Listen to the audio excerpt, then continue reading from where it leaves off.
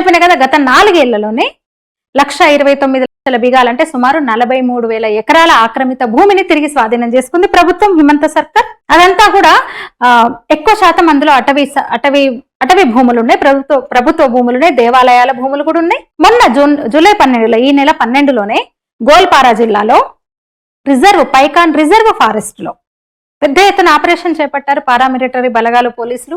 140 హెక్టార్ల భూమి, అదంతా కూడా ముస్లింలు, బంగ్లాదేశీ ముస్లింలు ఆక్రమించుకున్నారనమాట. చట్ట విరుద్ధంగా ఆక్రమించుకొని కబ్జా చేసి అక్కడ కాలనీలు కట్టుకొని ఉంటున్నారు. వాటిని స్వాధీనం చేసుకుంది ప్రభుత్వం.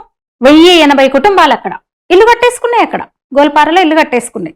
అందరూ ముస్లింసే.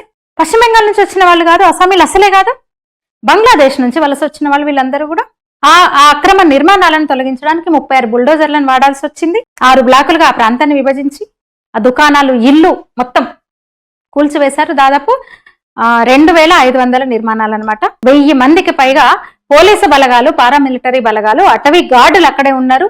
ఇంకా అదే పని, వాళ్ళు ఇంకొక పెద్ద ఎత్తున ఒక ఆపరేషన్ అనమాట. ఇట్లా జరుగుతుంటే, బంగ్లాదేశీల మీద దాడి జరుగుతూ వాళ్ళని తరిమి కొట్టే చర్య జరుగుతుంటే, బెంగాలీలపై దౌర్జన్యాలు అంటది మమతా బెనర్జీ.